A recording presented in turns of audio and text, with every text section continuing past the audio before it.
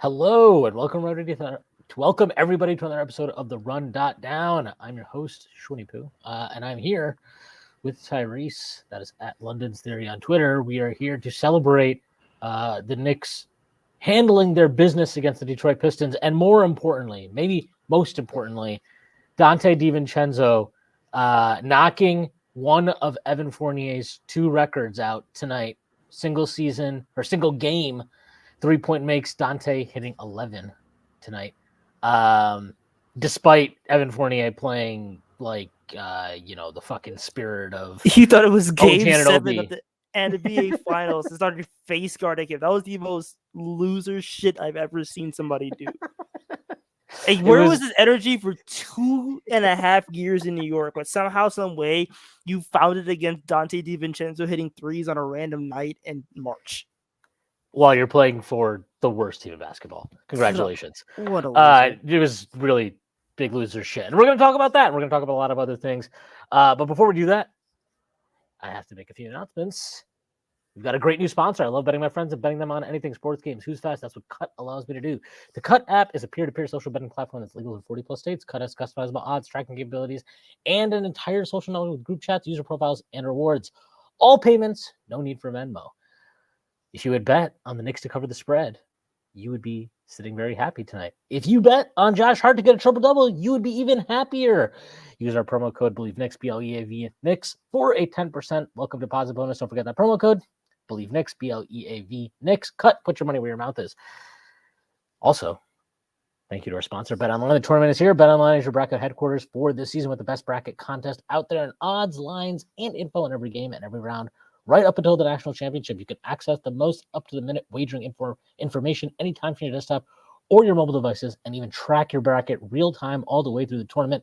Head to the BetOnline app today and get in on all the action. Remember to use promo code BELIEVE, BLEAV, for your 50% welcome deposit bonus, or welcome bonus on your first deposit. BetOnline, the game starts here. All right. So the Knicks pretty easily dispatched of the Pistons. They were clearly assist hunting at various points in this game. They were very obviously spent the last fucking 12 minutes of game time trying to get Dante the single game 3-point record. The Pistons they were out Cade, Grimes, fucking Taj, Duran, Fontecchio. Like, they were out basically 3 starters. Asar. Like, this is a game the Knicks absolutely should have won in exactly the way they won it. They took care of business. I know that everybody's freaking out that everybody still played a lot of minutes. I would say that these were some of the lightest 40 minutes that any of these guys has played this season. But yeah, the Knicks took care of business. And I don't really know what there is to say about this game aside from that. It was good to see Hart make a single 3. That was nice. It was nice to see Bogdanović make a couple of 3s. It was nice to see Jalen Brunson stop trying to draw fouls when he came out in the second half and was just like, all right, I guess I'll just have to get buckets the old-fashioned way. He did that. Way. Yeah, the ethical way, back to my ethical roots. And it was nice to see Dante, who's been I don't really think it's a slump. I just think it's the volatility of shooting. But it was nice to see him obviously have the type of shooting game that he had today. And he had 40 points, right? So that's a career high for him. Yep.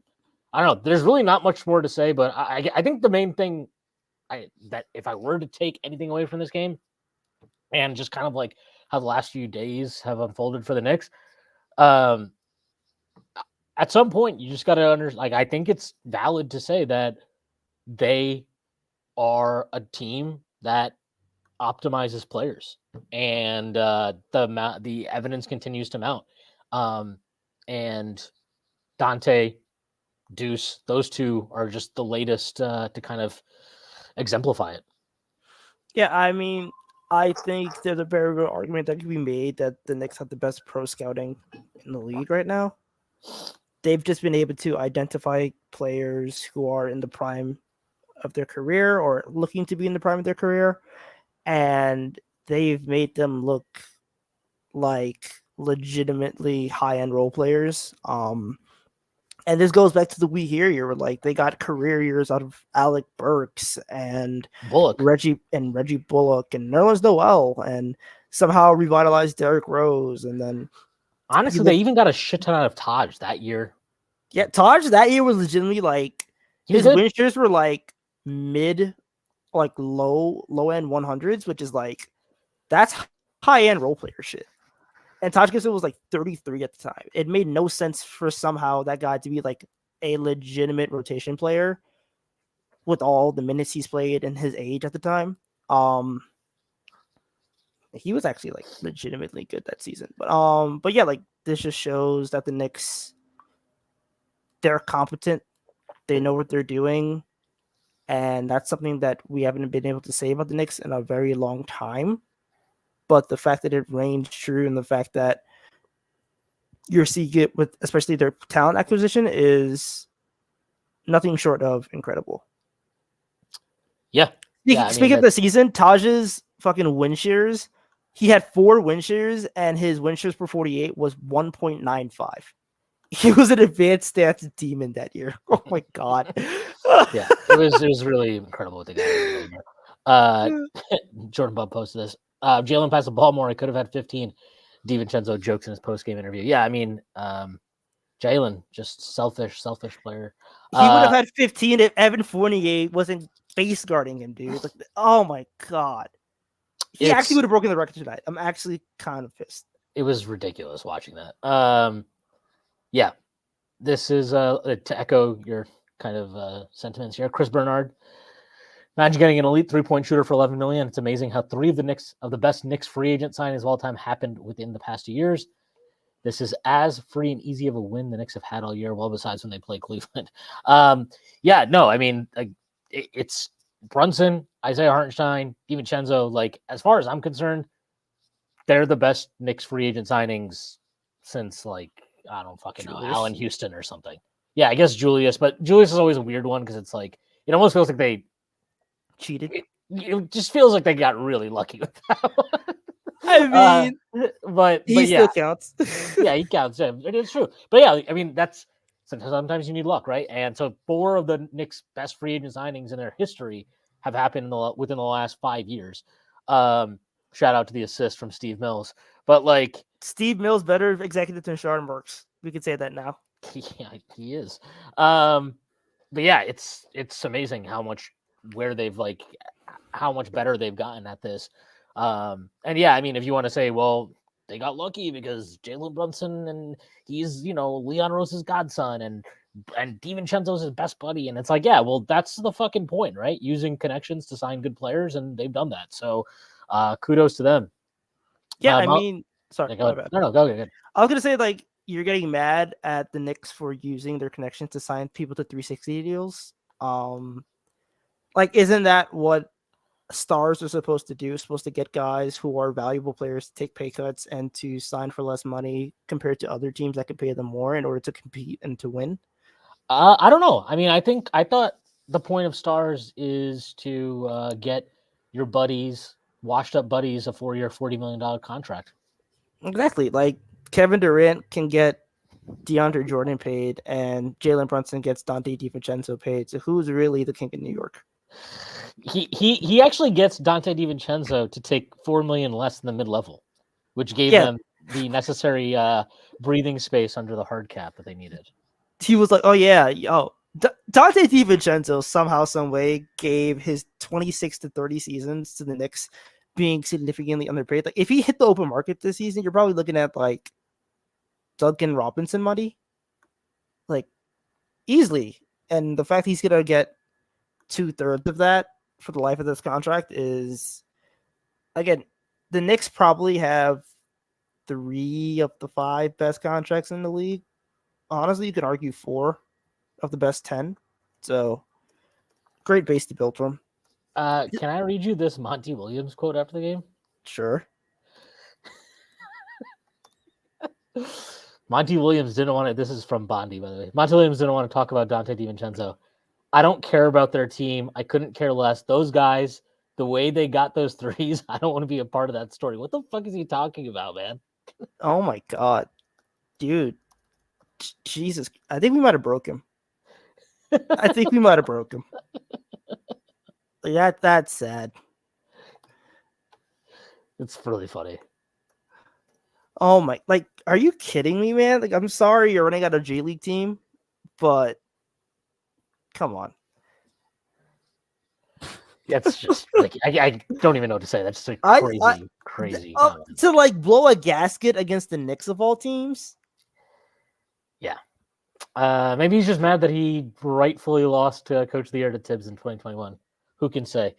Ace Bouchard, I didn't expect this from DiVincenzo, but it was always extremely strange how much higher I was in the signing than what seemed to be the average fan. Yeah, I mean, I think I know I tweeted this at the time, but like, I think everybody's concern was like, well, we're so small. And like, yeah, I mean, obviously before the trades, size overall on the roster was an issue. And Dante, he crowded an already crowded backcourt. I understood all those concerns, but like, you can't watch the playoffs last year and everybody was rightfully like, oh my God, we need to get more shooting. We need to get more consistent shooting, blah, blah, blah. And then get mad that the Knicks signed a fucking sniper for what they did. And, was it a perfect signing at the time?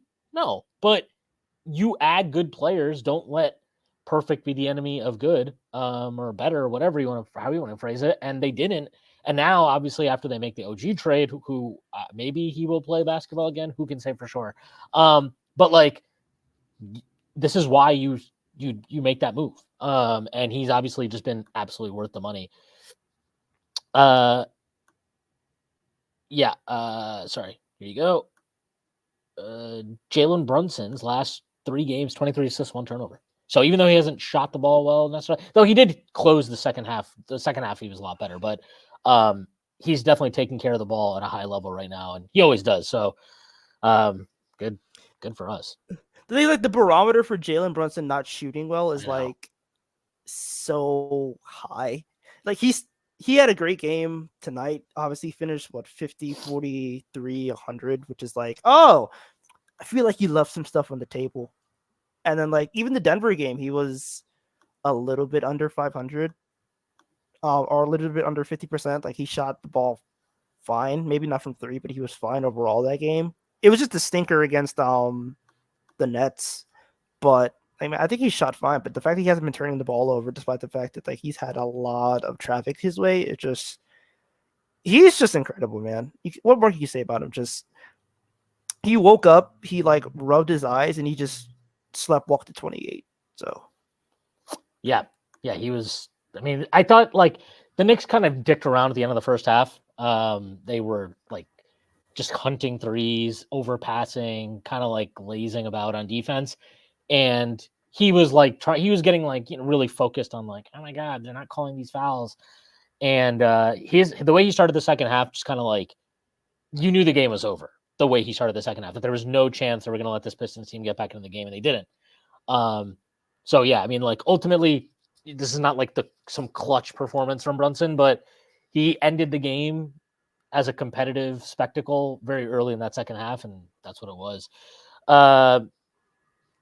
Jordan Bubb posted this, and they mentioned this on broadcast. The Knicks are 38-3. That's a 92.7 win percentage this season when leading by 10 or more points in a game.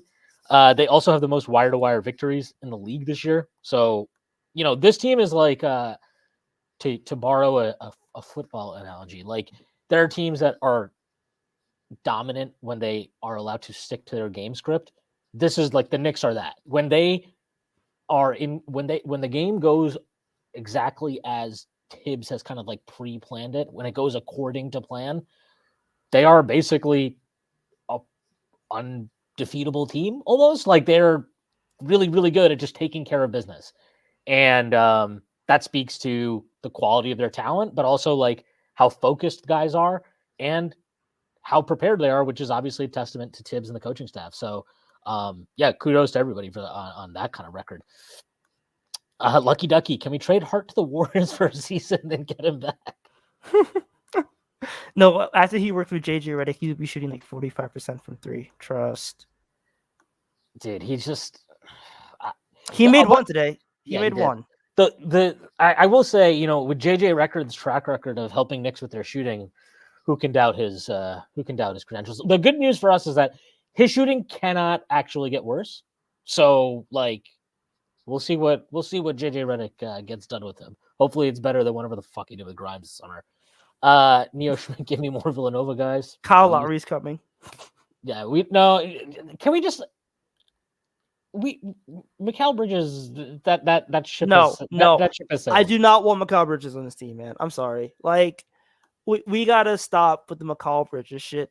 Like, can we just admit that Dante DiVincenzo has been better this year? And you can say, oh well, he's being miscast as the first option. That's fine. But the fact that he's not even the first option anymore is Cam fucking Thomas, and the fact that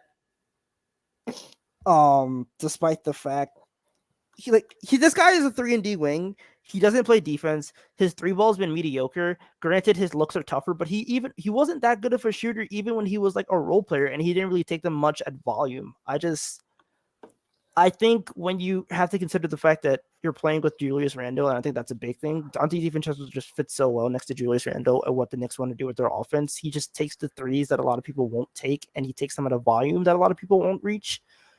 It's going to be hard to go from Dante DiVincenzo, who's willing to put up 23s in a game if you let him, who literally did that tonight, to McCall Bridges, who like maybe at a high end will take 8, 9, and that was before. That's what a star diet. When he's like on a role player diet, he's not taking threes like that. He's doing more stuff in the mid range. He's doing more stuff as a post scorer, and it's just not something that really vibes to what the Knicks want. Are the Suns fucking serious, by the way? No, they're not. What the fuck is this? They lost to the Spurs and put up 102 points when Victor Wembanyama was not fucking playing? Are you kidding me? What the fuck are you guys doing? Look, as long as the Knicks don't embarrass themselves in front of me Friday night, I'm good. Yeah, I mean, look, the Knicks at least would have some excuses because they're how literally the fuck down did 3 Jeremy starters. Sohan have 26 and 18? They're saying Jeremy Sohan beat the Slim Reaper head to head. Is that what I'm hearing? Bro, this team sucks.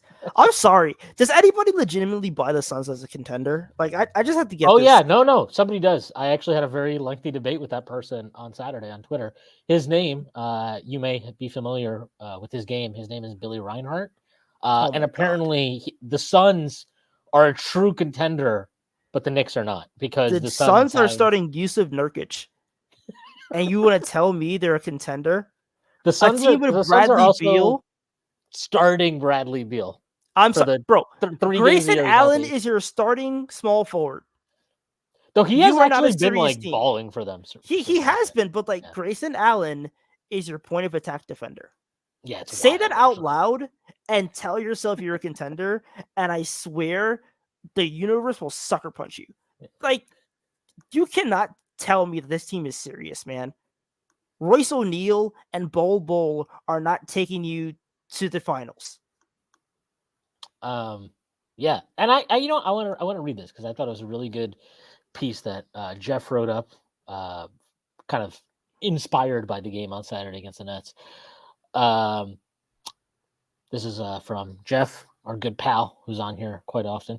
So, as I watched Dante DiVincenzo, another laughably valuable contract doled out by Rose, tear up the Nets in a fourth quarter that saw them go from tied to down 18, I couldn't help but feel a sense of gratitude for what Rose and company have built in New York.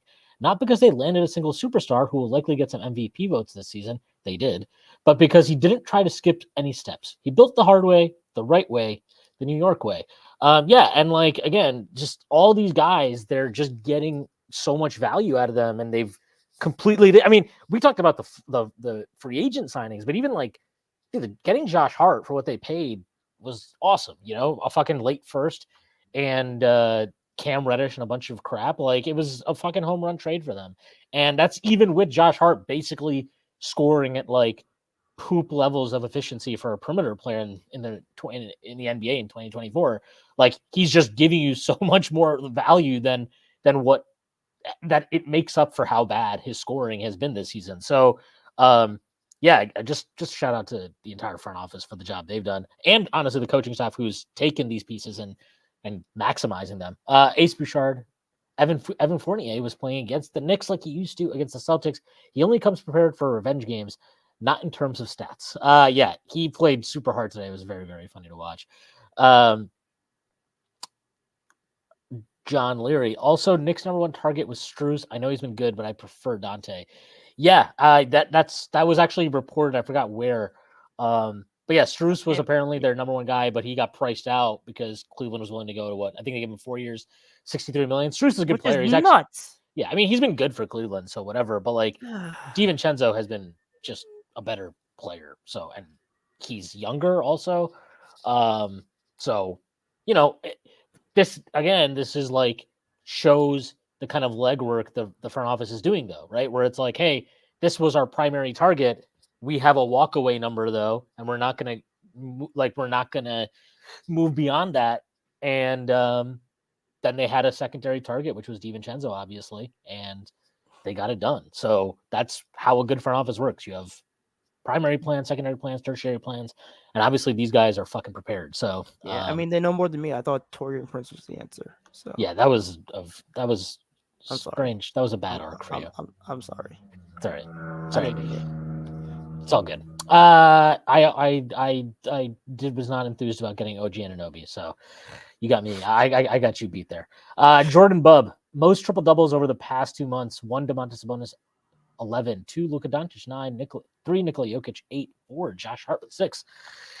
Yeah, Hart's like, again, the scoring efficiency has not been what you would ideally want it to be, but if he rebounds like that and he play makes like that, and he defends like the way he can defend, you just have to accept kind of those things. And honestly, the numbers just don't capture what he brings to the table. He brings the Knicks energy, and I think he gives them a kind of bravado and swagger they don't necessarily have without him. So what he's done for them, especially with being as shorthand as we are, basically not for 2 months running, is incredible. Lucky ducky. Thought it was nice to see that iHeart wanted to stay in during garbage time. Seems like he's almost fully back. Yeah, and I think he specifically wanted to stay in during garbage time so that he could help DiVincenzo break that record. Yeah, I think these guys are playing for each other's stats, and it's good to see. When a team is like helping their teammates stat pad, that's when you know the vibes are immaculate. Yeah, and he's not even a Nova guy, right? Yeah, I mean, he might. I feel like everybody's just an honorary Nova guy at this point. Like Deuce McBride, Deuce McBride would have fit in with a Jay Wright system. Hartenstein would have fit in with a Jay Wright system. Like I feel like they're just adopting Nova guys as they come along. Did you see Deuce's girl posted a video of them driving and she played the Tyler song? I mean, good. The song was fire. Yeah, but it was really funny because Deuce was like singing along, and then he saw that she was recording him, and he was like, he got awkward. He definitely saw he saw the tech video. Dude, if LeBron sees tech videos, then everybody sees tech videos. Okay. Yeah, it was a funny video. This is really good.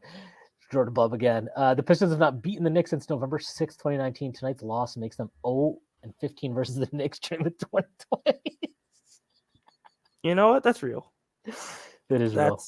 That's Troy Weaver might just need a statue just because he keeps giving the Knicks free wins. We might be back on statue talk.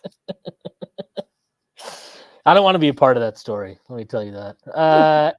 Ace Bouchard, IQ Deuce, and soon Rokas is a very solid trio of combo guards. Rokas doesn't exist. He exists, and he's probably going to be the greatest combo guard of all time whenever he in comes like 2030 when he comes over when he's like 36. Exactly, and Tibbs he'll be the successor to Pablo Prigioni. He'll be Edie Tavares. Do you remember didn't Prigioni make an all rookie team? Yes, he did. Which is ridiculous. I'm sorry, like there needs to be age limits on the rookie teams because why the hell is Pablo Prigioni on the all rookie team? Oh my god. Jordan Bubb posted this again. Isaiah Hartenstein in the 25-point win, 6 points, 10 rebounds, 5 assists, 3 blocks, plus 27. Black Jokic. Dude, Hartenstein, he's definitely getting back to his best right now. He's been awesome, and he just dominated this game. He started out the game like I thought he was the one that kind of set the tone early on for the Knicks. Not that, it was like some super challenging opponent, but he was definitely locked in to start the game, and he's just playing really, really well. And again, like shout out to Tibbs, who has been good about maintaining his minutes, not pushing him beyond them, and just figuring out how to run the rotation aside from that. So Good stuff all around there. Steve Mills greater than Donnie Walsh. I've said this forever. I don't even think this is a debate. Donnie Walsh sucked, dude. Donnie Walsh, he telegraphed his entire plan about 3 weeks after he was hired. Spent 2 years doing absolutely nothing other than trying to clear cap space, which he did at the expense of effectively dumping Jordan Hill, who was a terrible pick in his rookie season, and then attaching a future first to move on, to move players out to clear more cap space. And then he still couldn't get LeBron or Wade or Bosh. And then his pivot was, let me give Amari Stoudemire, who literally has a fucking knee that nobody will insure, a 5-year, $100 million contract, even though the next best offer was 3 years, $60 million. So Donnie Walsh sucks. He was terrible. He's a fucking awful GM. He's a coward on top of that because he would not move up to get Steph Curry, even though he telegraphed how desperately he wanted him. And another thing people forget is he also desperately wanted Russell Westbrook, but this fucking loser wouldn't move up in that draft either. So fuck Donnie Walsh. He sucks. And Steve Mills shits on his life. Steve Mills made the Porzingis trade, and he signed Julius Randle, and that's all you needed to know about the franchise. Okay. And he signed Marcus Morris. Yeah. Steve Mills literally paved the way for the Knicks to be where they are now. Without Steve Mills and his gracious leadership, we would not be where we are today. Thank you, Steve Mills. Well, honestly, I know we're joking, and it is kind of a joke, but like, not really. I genuinely think Steve Mills is a better GM than Donnie Walsh. But like Jeremy Cohen, the man with the plan that knows all the cap minutia that none of us care to think about all the time. Hey, yeah, it's fine. We got continuous soup today, bro. I'm excited. But that's what I'm saying. Like, so all this stuff though, like signing Marcus Morris, which nets you the Quickly pick, which you turn into OG Anunoby and Precious, and like this is what it is. It's like turning singles into doubles and doubles into triples and triples into home runs. And like this front office has just found ways to do that. And look, they didn't take over some disastrous situation, but they also they took over a situation that didn't have a foundation. Like nobody knew what the foundation was when they took over. Right. And they effectively were able to like, okay, Julius Randle, I guess he's part of the fucking solution since he's randomly an all-NBA player now. And Mitchell Robinson, he's good. And like it's taking what they were given and building it out, and they've done that. And you're seeing kind of like, I mean, this might not be the culmination, but you're kind of seeing what that can do when you just keep stacking good decisions and good decisions and good decisions. You can be down 3 starters for 2 months.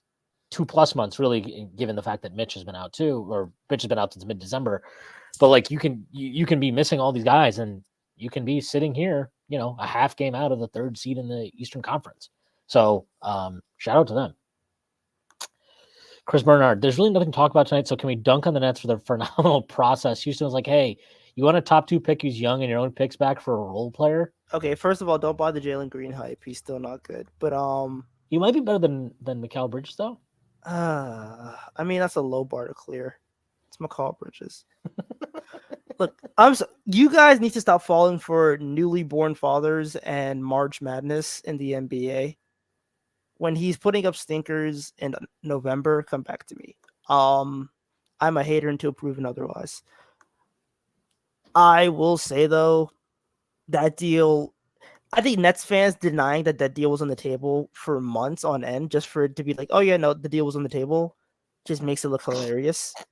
Even more hilarious than it already was, because it's like, why would the Nets not want to tank? And the reason why the Nets don't want to tank is because they know they can't tank while the Knicks are good, because then nobody's going to give a shit about them in their own city. That's the sole reason why they're not doing it. Like, it's not about Mikal Bridges. It's not about Jalen Green. It's not about the picks. It's about the fact that the Knicks are knocking on the door of contention, if not already in contention, and they would be doing it at a time where the Nets are moribund. But yeah, the Nets don't have a plan. I mean, it's really that simple. They don't have a plan. They haven't really had a plan since they signed Katie and Kyrie, which was like, it honestly felt like they signed them, and it was like, well, we did it. Mission. It's like the George Bush mission accomplished. Like that's what it felt like, right? Oh, we did it. Now we're done, and we just let them. We just do whatever they want, and then when that didn't work, then you also had them like kind of start throwing these guys under the bus, right? Like, oh, fucking Kyrie Irving, he's this fucking, and it's like, dude, you knew who these guys were, okay? Like, and if you didn't, then what the fuck have you been doing? Like, that's your job as a front office to understand the personalities and the players you're bringing in. And sure, like, who could have predicted COVID and for fucking the vaccine mandate and Kyrie Irving not like, I get all that, but like, you guys signed an unstable character and somebody who's been volatile across multiple franchises now, and you had no plan for how to actually like make it work. And like I'm not going to sit here and be like, oh my god, Dallas is so perfect and amazing, but like he's not really had any issues in Dallas at all, to my knowledge. Like, I don't know. And the fact that Dallas is getting that kind of buy-in from him, considering they're not exactly, some model franchise, is kind of a black mark, man. It really just comes down to the fact that like Dallas paid him and the Nets didn't want to pay him. But the thing is, like, but that's even like, because so much of the motivation, right, you assumed of like, is like, well, do you want to pay this guy? Because if you pay this guy, he's just going to totally go off the rails again.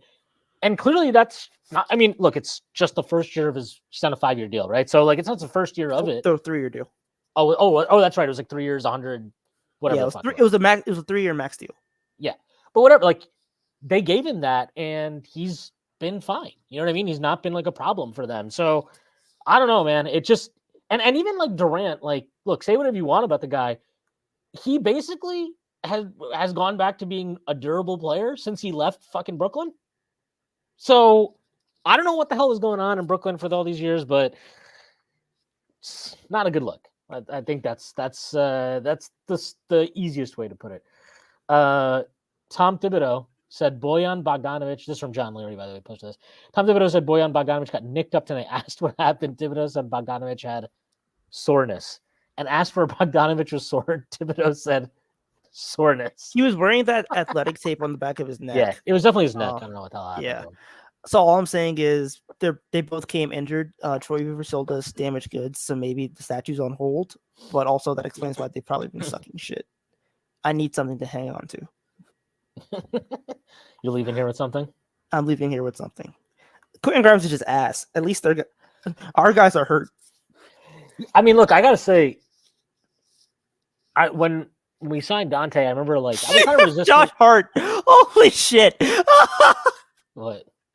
Josh Hart on Monty Williams' comment. If he didn't be part of the story, he should have told his guys to defend better. Okay. I want to say I appreciate the fact that Josh Hart says the things that we're all thinking. He does not give a fuck, bro. I don't blame him, dude. Like he's got paid. He's on the team with his best friends. I just love the fact that it gets people upset. I told you he's ethical Draymond. He's Draymond who took Prozac. Like he's just, he'll get you the triple doubles. He'll play really good defense. He's a good energy guy, but he won't like fight to do in the court. He'll maybe just get a tech. Like again, ethical Draymond. Draymond who got a few more hugs growing up. That's wild, dude. Draymond who did get raised around the bad boy Pistons. Dude, Josh Hart, good for him. Did you check the tweet I sent you? Yeah, I saw it. I don't. That is a wild nickname. Like K Diddy. Jesus, K Diddy.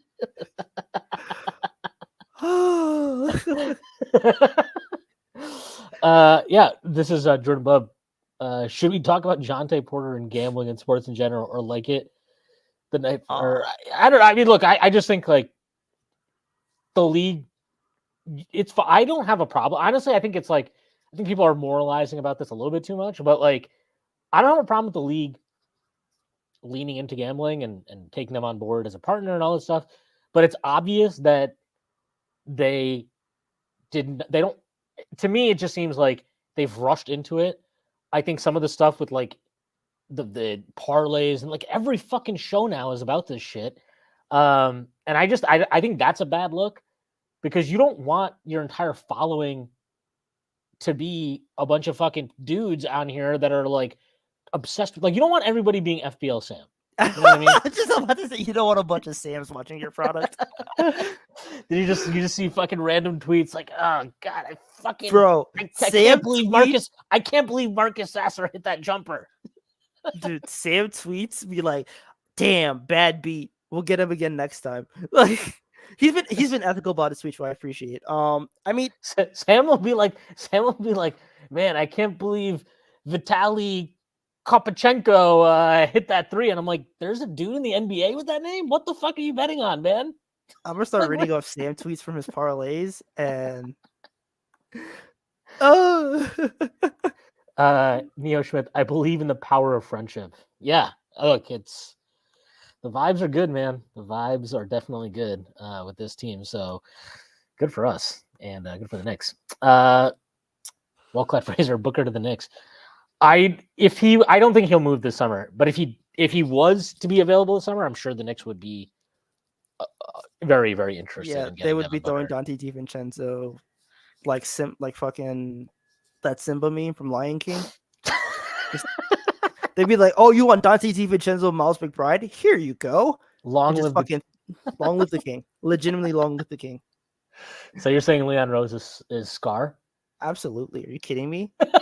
Leon Rose is a cold-blooded capitalist. This whole friendship and vibes thing is real cool until Leon decides, you know what? I want a star.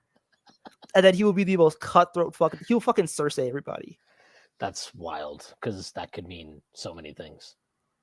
I haven't watched Game of Thrones. I just know the character. Whoa, well, let me tell you. Let me tell you something about Cersei's love interests on that show. Okay. Anyway. Never mind. She sleeps with her brother. Oh. Yeah. Oh, that's okay. the thing. It's like Never one of the main plot of her story. So it's great. Good job. So that's what you're calling Leon Rose. Disgusting, Tyrese. I can't believe you'd say this. I'm sorry for calling Leon president. Rose an insensual. My bad. Incestual. Incestual. You know what? Let's just keep going. Let's keep it moving. In 15 losses, the Celtics have blown 8 double-digit leads. Boston is the 10th team in NBA history to blow a 30-point lead. That's from Jordan Bubb. I don't think the Knicks have ever blown a 30-point lead. They nearly did a couple years ago against the Nets, but I think it was like a 29-point lead that they blew. Yep, so. doesn't count. It wasn't 30. Yeah. Here we go. This is from Constantine Metricos. Thoughts on Monty Williams complaining about how Dante got the record? My thoughts on Monty are the guy's getting paid fucking $15 million a year, where the fuck it is. Like, maybe you can coach your guys to not let that happen. I don't know. I mean, I don't really know what else to say. Like, dude, you can't bitch about a better team being so much better than you that they can dick around for like a quarter and a half to try and get a record. So yeah, I don't know what to tell you. The question I'm sure all of us were worried about. John Leary, how long do we think Burke's out for? Hopefully fucking a couple weeks here. I don't know, man. The Burks thing, it doesn't seem like it's that serious. They said he was questionable today, right? Yeah. So who knows? They probably just kept him out. They probably keep him out just to make sure he's good. Yeah. Larry Israel. Steve Mills is one of the worst execs of all time. You have to remember he brought in Isaiah. Yeah, look, his first stint, Steve Mills' first stint was atrocious. His second stint was not good, but it was not atrocious. And he did the bare minimum stuff of like understanding that keeping draft picks were good. And other than the Tim Hardaway Jr. contract, seemed to understand maybe just don't sink my cap space into guys, like into players for multiple seasons at times when I don't know what the fuck I'm doing. So he cleared the very low bar of just like not destroying the franchise's future his second time around, which, still better than Sean Marks. Yeah, I mean, Sean Marks wishes he didn't. The fact that Sean Marks destroyed the future not once but twice is something that we just need to. No, he wasn't there for the the Russian dude deals, right? Sean Marks. Yeah, he wasn't there. He came after. I think he technically got hired by him, though, right? So yeah, and I think he came after all that shit with the Celtics players. But anyway, he still destroyed the franchise. So yeah. And they got a free pass to rebuild it, and then said, "Nah, I love McCall Bridges." The way I always think about that is I'm like, dude, what? Like, even if you love Mikal Bridges, right? Like, if I told you that when you trade Kevin Durant, you can get all of your picks back, and you can get all of Phoenix's picks, and you can keep these role players who have value, and you can flip them. Like, I would be like, all right, obviously that's not ideally what you want for Kevin Durant, but it's like, all right, I can deal with that. I can accept that. But I don't know. It's also Sean Marks, and it's also Joe Tsai. Joe Tsai clearly has no idea what the fuck he's doing. He's definitely an owner who seems way too hands-on with whatever the fuck the basketball operations are. But shout out to him for being in his early 2000s Dolan phase of his ownership. Maybe he'll get better at it. Who can say for sure? We could this from Chris Bernard. We could do the whole what if story with dozens of teams in NBA history. The Nets aren't special. A lot could have been stopped if they weren't a pushover Oregon, put their foot down. Yeah, I agree with that. Yep. This Josh Hart comment is so good, man.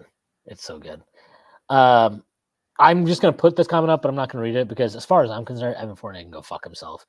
Fuck him. I just don't. I thought he's just a very annoying player, and I just feel like he carried himself as if like the organization and like Tom Thibodeau wronged him. And it's like, dude, we just have a lot of better players than you.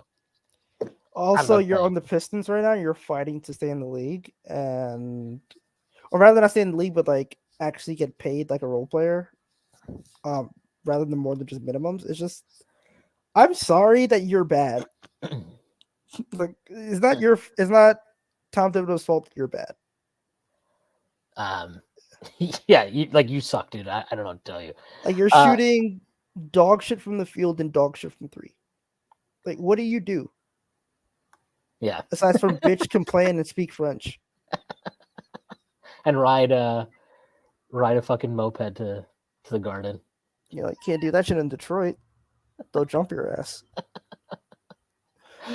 John Lurie. Random thought, but it felt like Grimes wasn't that close to anyone on the team. Because he was too busy thinking about Armani sponsorships and going to fucking Italy. He wasn't grinding and hooping like Deuce McBride does. Yeah, I mean, I don't actually care about that. I'm sure he worked hard at it. I think that's not really a concern. But I don't know, you're just joking around. But like, yeah, I mentioned this before. He doesn't seem like he was very tight with anybody on the team. Even when when Quick and RJ left, it obviously those guys not very, very, very obviously connected more with fans, but also it seemed like they were a lot closer with guys on the team. And obviously we saw that when they kind of came back to the Garden, versus like when Grimes got back to the Garden. Yeah, he got like a nice little ovation. That was about it. And even after the game, you didn't see it's just a totally different vibe. And you imagine that, like, I mean, even a guy like Burks, obviously he's back now, but when we play the Pistons and Taj, like when we play the Wizards when he was there, like you could feel like the appreciation from their teammates, kind of like for what those guys were and how they carried themselves while they were in New York and they were their teammates. I don't know, with Grimes, it just doesn't. I don't know. It definitely doesn't feel that. Kevin Knox got more love. Yeah, he did. Frank got more love. Yeah, it just kind of feels like nobody really was rocking with Grimes like that. So, which is unfortunate, but what can you do? Aside from being good at basketball. Yeah, I don't know. Grimes has had a year that he basically, honestly, just shut it down, go to the offseason, recalibrate, because he's had a fucking just a nightmare season for him. Honestly, at the worst time too, right? He's like extension eligible. What a horrible year to have. What horrible timing to have the season he had. John Lee, remember 2013 playoffs against Celtics in Game 6? Didn't we have like a 27-point lead cut to 4 or something dumb like that? Yeah, that was very, very stupid. Everything about that series was really stupid, actually, and very annoying, and maybe cost the Knicks in the next round because of that. So that was cool. John Lorenzo said this. The Ryan Baker contract memos was kind of insane too. It was, but it's like on scales of insane. It's like it was a 2-year, $8.9 million contract. So it's like, yeah, it was an overpay. Yeah, it was way too much for Ron Baker. I don't feel very strongly that it cost us anything substantial. But yeah, it was a terrible contract, no doubt about that. The Celtics deal was Bill and Bobby Marks. Yes, Billy King. Yep. Okay. Here you go. Omar Yusuf says Taj was 35 in the We Here season. Okay, Let that slide, Tyree. Tom Thibodeau had 35-year-old Taj Gibson as one of the most effective players in the NBA that season. Okay, you're helping my point. Tommy Thibs, baby. Yeah. Evan Fournier to me is the Knicks version of Trumaine Johnson on the Jets. I despise both. I like that.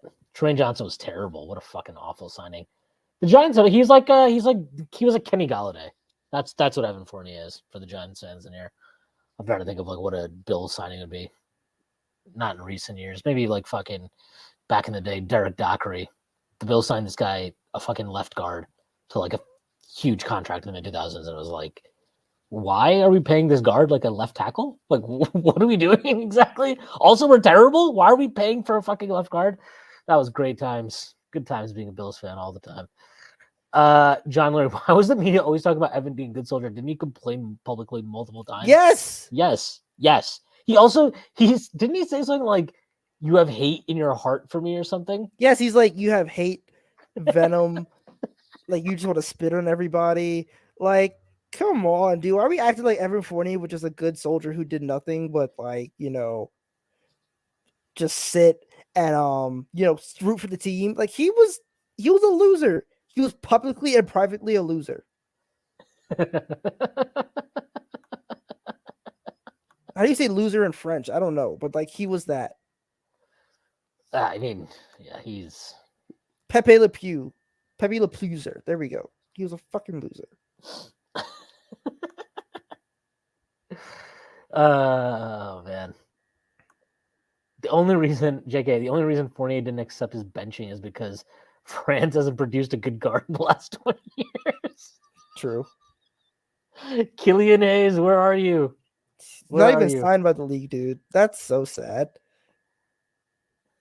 Like, nobody wants him. He's not even going to go to, like, the Hornets or anything. Jesus. Oh, man. This is John Leary. I remember Begley reporting December of 2022 that executives were contacting Dolan to get Leon's job. Crazy how quickly things change. Also wonder who those execs were. I wonder if Bob Myers is one. Honestly, I feel like Bob Myers would want the job now. But so overrated. Yeah. Fucking, there's so many Warriors fans that just hate his guts. All he's done since he's gotten hired at ESPN is just like, oh, I remember Tyrese Halliburton. He was such a good prospect. He absolutely killed it when we worked him out. Dude, last week then I took James Wiseman. When he was talking about like Miles McBride, he was like, "Oh, we would have taken him, or like we liked him in the draft process or whatever." And I was just like, "Come on, you don't have to lie." We liked him so much that he got picked at 36th. We could have had him. Chris Bernard, to be fair, Frank was a deity to half the fan base because he always got screwed over. Shout out Frank. Always good in our hood at the Strickland. No, he is not. Yes, he is. Please stop hyping up Frank Ntilikina, man. Nobody's hyping him up. We're just hyping up his great emoji in the Strickland. One of the great emojis. Even still in the tournament? Yes. He fucking crushed it.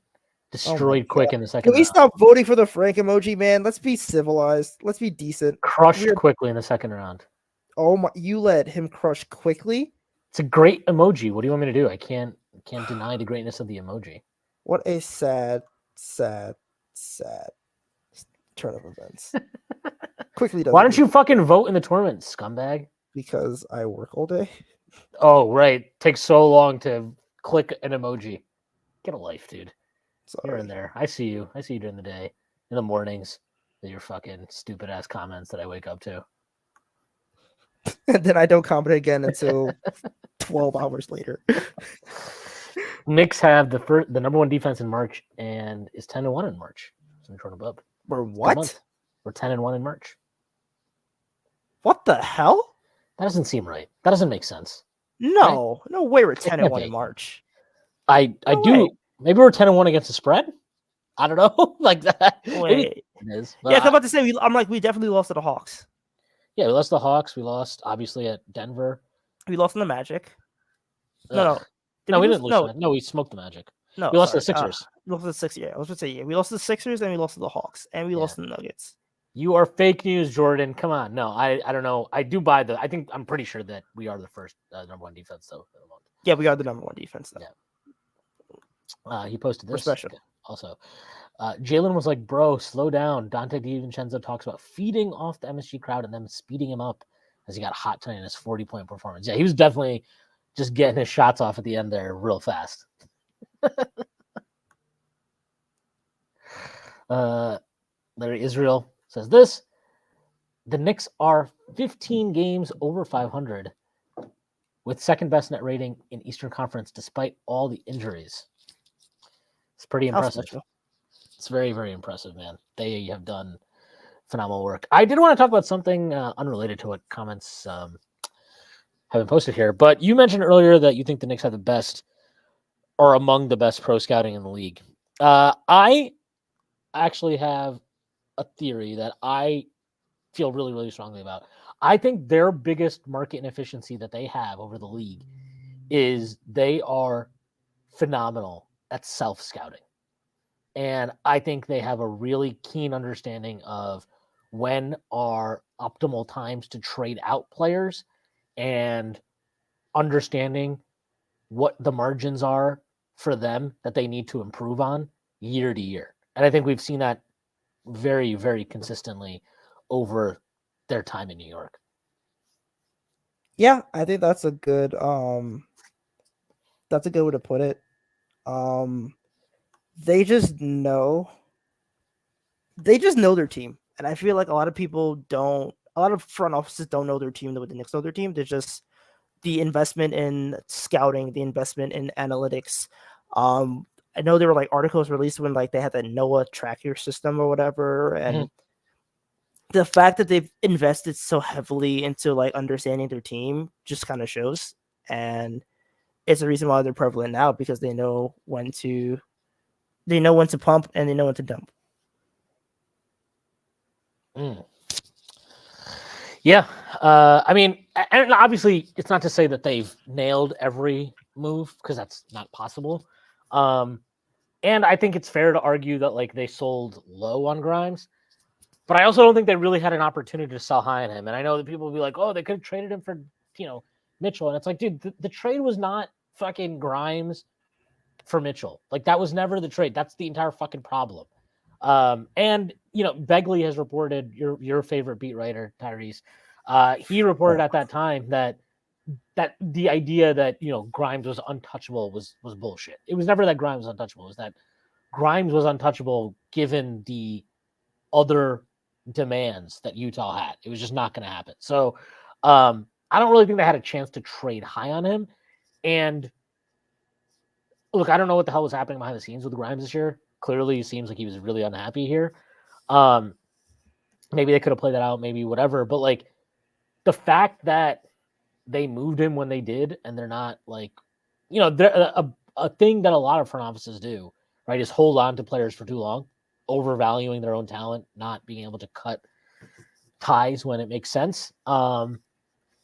But the Knicks have done that. And like, look, Quickly was a really awesome player for the Knicks, but they correctly were able to make a decision of like, hey, look, like, are we really going to pay this guy to be our backup point guard?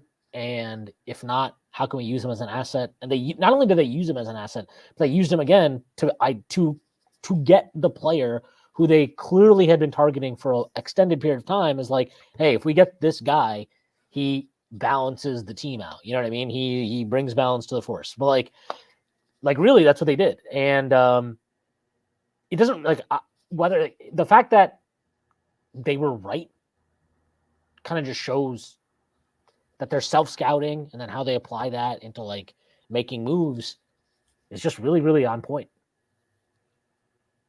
Yeah, I just cannot say enough about Leon Rose because that was a very calculated risk that they made because they had built up a lot of goodwill, and they were making a lot of these moves that kind of would be on the margins between like them wanting to be competitive versus them, embracing the fact that they're still kind of rebuilding. And the fact that they were just willing to go all in on a move like that. And it wasn't popular at the time, but a lot of people panned it. For the Knicks, I think a lot of people were really high on quickly, and they kind of felt that OG was good, but there were concerns about him. Are we sure he's real? I mean, he may not be real. That's true. Can this fucking guy at least just sit on the bench? So I'm like, all right, he's alive. We're good. Okay, when they come to San Antonio, if he's not on the bench, I will let everybody know. He's not going to be on the bench. There's no way his ass is fucking traveling to Texas, bro. You kidding me? What's wrong with Texas, man? Where do I start? First of all, you live there. All right. But hey, you're a big Abbott guy, so that makes sense. Okay. John Leary, you think we'll be able to keep iHeart with OG's contract up as well? Yes. I feel like people are not. I don't think people understand that centers don't get paid in free agency like that. Unless they're stars, and then they wouldn't hit the market anyway. Yeah. So I'm not too worried about them being able to retain iHeart. I feel like they will. I mean, so the main thing is the main two teams that I kind of like, are there are three teams that have a shit ton of space that I think would like reasonably potentially be appealing to him because they're actually good. Philly, they're not going to sign Isaiah Hartenstein, right? It's not going to happen because they have Embiid. And even if like they trade Embiid, they're not going to. I would just be really surprised if they trade Embiid at a point in time where they would all of a sudden be able to pivot to signing Isaiah Hartenstein in free agency. You know what I mean? It just doesn't make sense to me. Yeah. Orlando, I'm fairly confident they're not going to spend a bunch of money on a center. Just again, does not make sense, kind of given all of the resources they need a have. guard. Yeah, they need exactly. a point guard. Yep. And then OKC is the one that I would be worried about, but I think not just that. I just think they're super, like, even if you were like, oh, we'll check and play the 4 and we want to have him be able to play both spots, like, okay, fine. But they seem really, really committed to the 5-out identity that they're kind of going with. And for that reason, I just don't, I don't know. I don't see it. And the last time he paid a center, by the way, you know who it was? Who? I'll give you a hint. He was a Knick. Oh, Joakim Noah. No. Wait, fuck. What? Oh. Penis cancer. Oh yeah, right. Ernest Cantor. Yeah. That one worked out really well. 4 years, $72 million for Ernest Cantor. What a contract. Like, I just don't see it. I'd be surprised. I'd be really, really surprised. I think the Knicks can keep him. Pretty sure his full bird rights, the number will be like 4 years, or using his early bird rights, sorry. I think it'll be like a 4-year, 71, 72, something like that type of contract. I'm pretty sure that'll be enough to keep him. And I think the Knicks will give him that. Yeah, it'll be like 464. And that's fine. Like you said, it's fine. So I'm not too worried about keeping him. And obviously, they're gonna keep OG. Yeah, I think the Knicks are just kind of. I think I'm not really worried about in the free agents. It's what did they do with like the other contracts? It's not like Boyan or whatever. Yeah. Larry Israel. Also, yeah, that too. iHeart's wise isn't going to OKC. Yeah, we need her in New York. We need to keep her here. And yeah. Larry Israel, I think 464 and change is the max. I asked Jeremy about this a little while back. He thinks it's like 4 low 70s or something. So I'm just going to trust him. Not to doubt you, Larry. Maybe you're right. Take it up with Jeremy, though. Make sure you add him on Twitter and harass him there until he responds to everybody here. Jordan Bub, the top 5 off-ball guards in LeBron wins above replacement. 1, Derek White. 2, Mike Conley. 3, Drew Holiday. It's hilarious that Drew Holiday is being called an off-ball guard now, by the way. 4, Dante DiVincenzo. 5, Bogdan Bogdanovic. That's That's evil Bogdan, right? That's the evil Bogdanovich in Atlanta. Yes. Okay. Yeah, Dante. Yeah, he's just it's just obvious how good of a signing he's been, and like honestly, I don't even know if his individual numbers capture it because he just is so good as a complementary player next to the guys we have, and it's unfortunate to some degree, or not to some degree, it is unfortunate obviously that Randall and OG got hurt because like that group together was just murdering teams, and they were kind of like unstoppable offensively. They just fit so well together. And his chemistry with Julius, who we know like can generate quality threes for these perimeter guys, but it can be difficult to kind of develop that rapport with him as a player. Reggie Bullock did it. Evan Fournier took him a bunch of time, but he was able to do it successfully and did it well for 1 year offensively, anyways.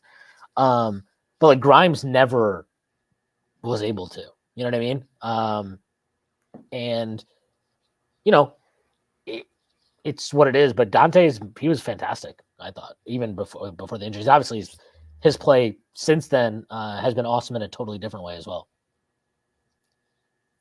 I think Dante DiVincenzo can solve racial relations. That's how I feel about him. Oh man, John Leary, are you scared of Miami in the playoffs? No, I'm scared of Eric Spoelstra. Yeah, I'm not scared of Miami. He's but the then only again, reason. like Patty Mills will shoot like 70% from three, so take that as you will. Yeah, it's just Spoelstra to me. I don't look at their roster and I'm like, oh my god, what are we gonna do? But Eric Spoelstra is a master of maximizing whatever the fuck is at his disposal, and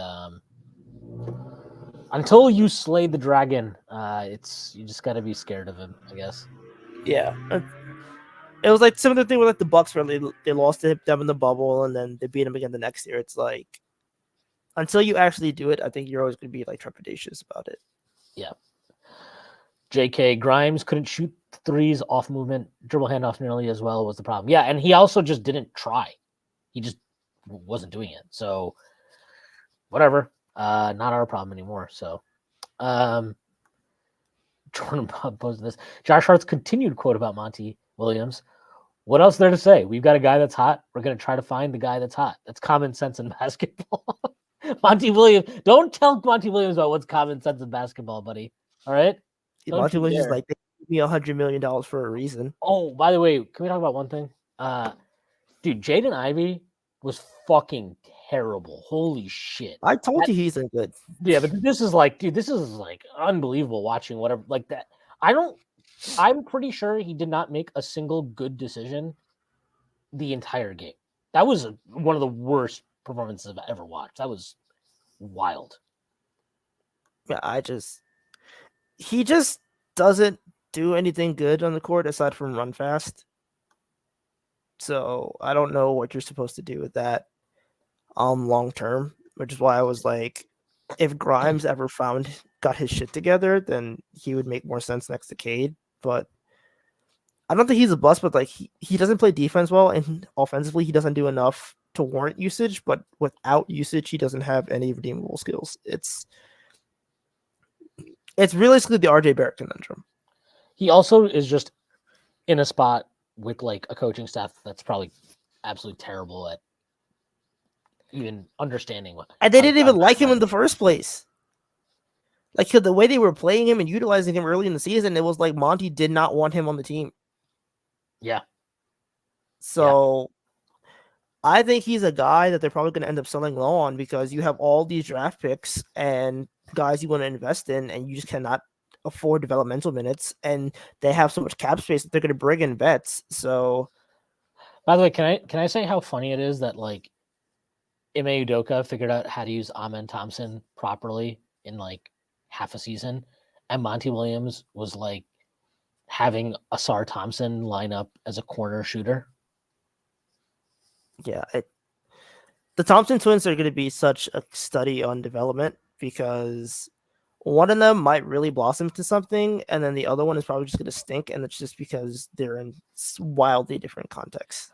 Asar Thompson is somebody that we should try to rescue at some point in time.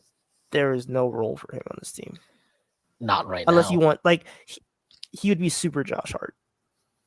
He Correct. would be super Josh Hart, but the problem is Josh Hart is still Josh Hart, so I don't know where he's going to fit in there.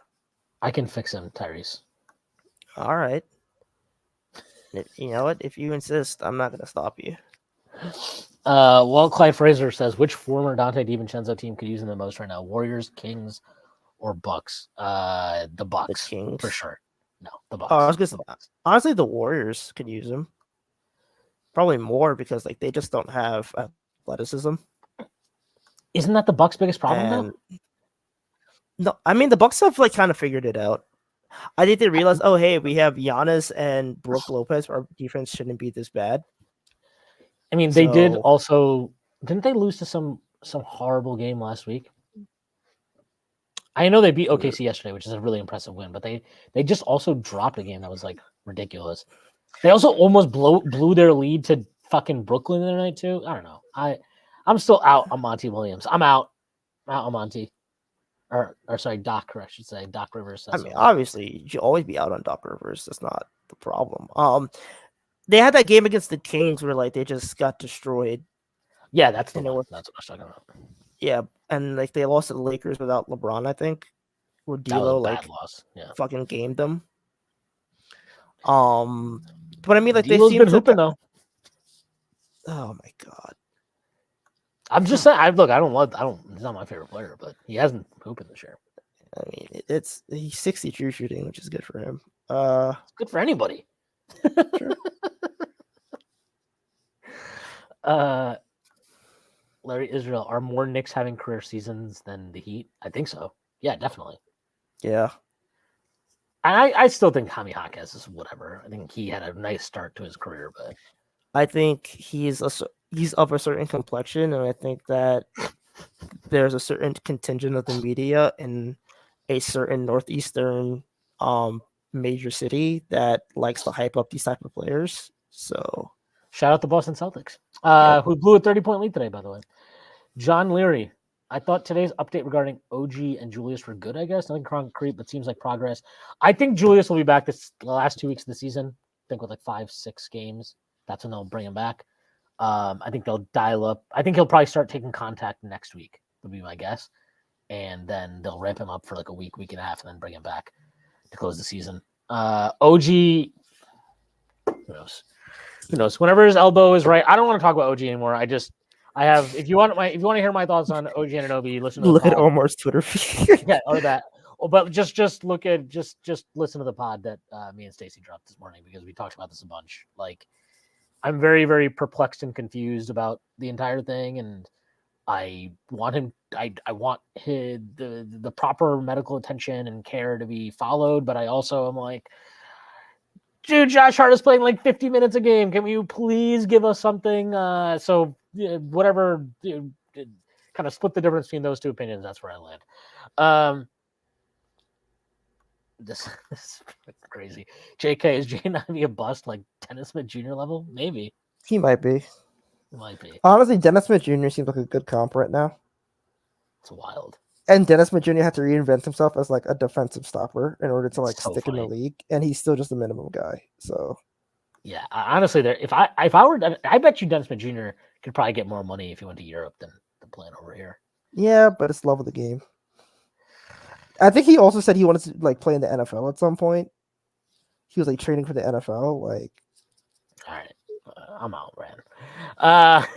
Larry Israel, Jalen Brunson has reached the 65-game criteria. The New York guard is now eligible for all NBA honors. Brunson was eligible starting on July 12th to sign a 4-year, $156.5 million extension. Yeah, he ain't signing that extension. Yeah, like people legitimately think he's gonna sign $156 million. He's gonna wait for free agency and he's gonna opt out. And that deal's gonna be. He's gonna get like $222 million or something. That deal's gonna be nuts. But he's not Supermax eligible, which is nice. Yeah, because he signed as a free agent, so he won't get 35% of the cap. They'll probably just do 30. It would he be will get a full max. He will absolutely get a full 4-year max. yeah, Larry, you're right. It would be glorious if he signed that Or extension. rather, If he signs that or extension, if he signs build that expected for extension, then Leon Rose right like, now. yeah, if he decides to, you know what, I'm getting all this endorsement money and I'm just gonna sign the extension for the team. First of all, that means OG Anunoby cannot sign for fucking $36 million or whatever. I need OG Anunoby playing on fucking $20 million and some FBL Sam parlays. If Jalen Brunson takes pay cuts, everybody's taking pay cuts. I don't care. We're gonna be the fucking Patriots. That would be awesome. Well, the not being the Patriots part, everybody taking pay cuts part. We'll be the Patriots without Deflategate and Tom Brady. That would be great. That would be awesome. And hopefully without Aaron Hernandez also. Yeah, that's kind of implied. But, yeah, you got it. Jason Arvalo, Sasser looks way better than Ivy. I agree. Sasser's a good player. He looks like a good player anyway. He also wasn't getting played by, like, I don't know why they weren't playing Marcus Sasser. Like, he's legitimately was good in his minutes. He also makes more sense just as a fit next to Cade. And again, like, I think when it was when they were like drafting Ivy, it was like, why the hell would you, like, two guards that are on ball to that extent don't work, and you end up trading one of them. It's been a tale as old as time. So I'm surprised they went for like another high usage on ball guard, and then they drafted another on ball guard in the back of the first round last year. I really don't understand what the Pistons are doing, but nobody does, which is why they're in the sentiment they are now.